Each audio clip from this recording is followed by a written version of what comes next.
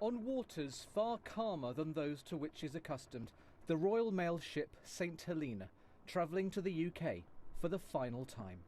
It's not quite the South Atlantic, is it? What does it feel like to be sailing along the River Thames? It's really strange to be coming up a river and into the middle of London. It's very special. For the past 26 years, RMS St Helena has been the only means of accessing the remote South Atlantic island that shares her name. Well, it's the lifeline. The whole island life on St Helena revolves around the RMS. And anything that you can think of, this ship carries to St Helena, from the generators that are in the power station to the cranes that lift the cargo off the barges. A new airport means her role will soon become redundant. She's due to be decommissioned in September.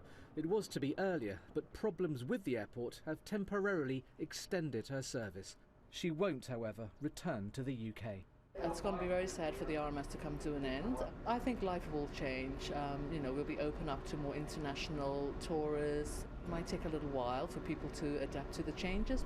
The designation RMS, or Royal Mail Ship, has been used since the mid-1800s. As well as cargo and passengers, these ships also carried mail. It was seen as a mark of reliability because the mail had to arrive on time. It is, though, tragically ironic that the most famous was the RMS Titanic.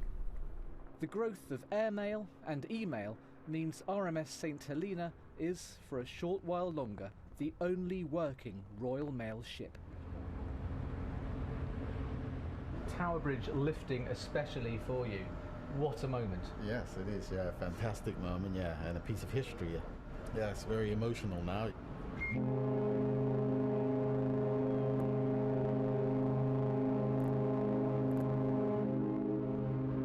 This is a fitting tribute to a ship that has served the community of St Helena in such a sterling fashion for the past 26 years. She has been the lifeline to our island. She's part of the wider St Helenian family. We're proud of her, and I'm proud of all of the crew on board.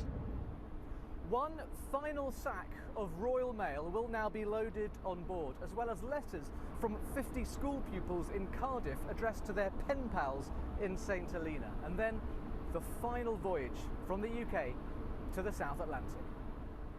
She'll be moored alongside HMS Belfast until Tuesday before setting off. Disappearing with her will be one small piece of British maritime history. Tim Muffet, BBC News.